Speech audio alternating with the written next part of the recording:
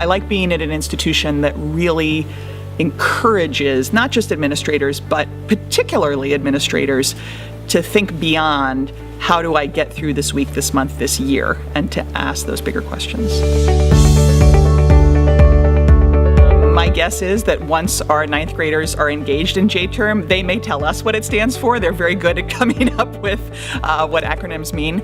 But initially it stood for J for January, and that's because you can have a May term, you can have a summer term. The idea is it's a moment in the school year where we're going to pause our regular way of doing school and do school really differently. Business as usual will come to a halt for the ninth grade, and rather than going to 50 minutes of English and 50 minutes of Algebra 2, they will be engaged in a 8-day, open-ended, project-based learning, service-oriented landscape.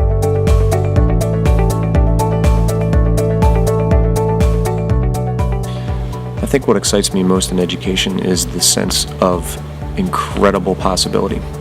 Maybe never before in human history have we seen the potential for so much radical change. Our curriculum and our programming is mature enough now, after 3 years, that we're ready to start taking it into settings that it hasn't been before. For example, online settings. We have a great public speaking curriculum that we've been developing for the last 3 years. It's now ready to go into an online platform so that it's accessible to more students, more teachers in more settings, and for more opportunities.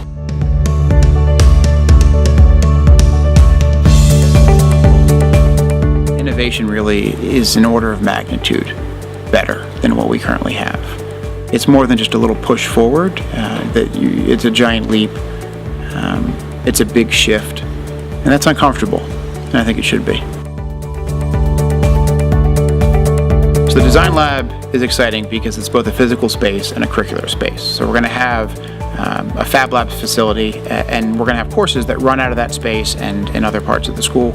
A couple of the big pieces we're going to focus on in Design Lab is really experiential learning, real-world problem solving, and the idea that you're doing something more than just doing a project for the sake of doing a project, that there's some element of public purpose in there, that you're making someone's life better, or you're accomplishing a goal for somebody else and kind of sharing in that community.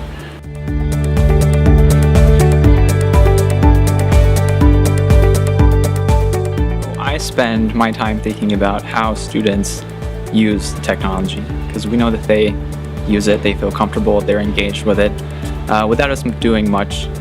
But if you look to see what they're actually doing, they're doing things like social media. It's their social life digitized. But I'm not quite sure that they know how to use the devices for learning. So I think that it connects into our mission, because what we want to do is teach students how to use their technology to learn, to access the information that's out there and available. We really want to do a tech Sabbath.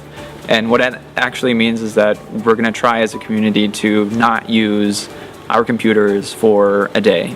The good things, the things that you miss, the things that allow you to be more productive, the ways that you can access a wealth of information are going to be taken away from you for a short period of time. And you're going to realize those and say, whoa, that's why I have the technology. It's not to distract me. It's not to just fulfill this view of myself on social media. It's there for a reason, and I'm not going to take that for granted tomorrow.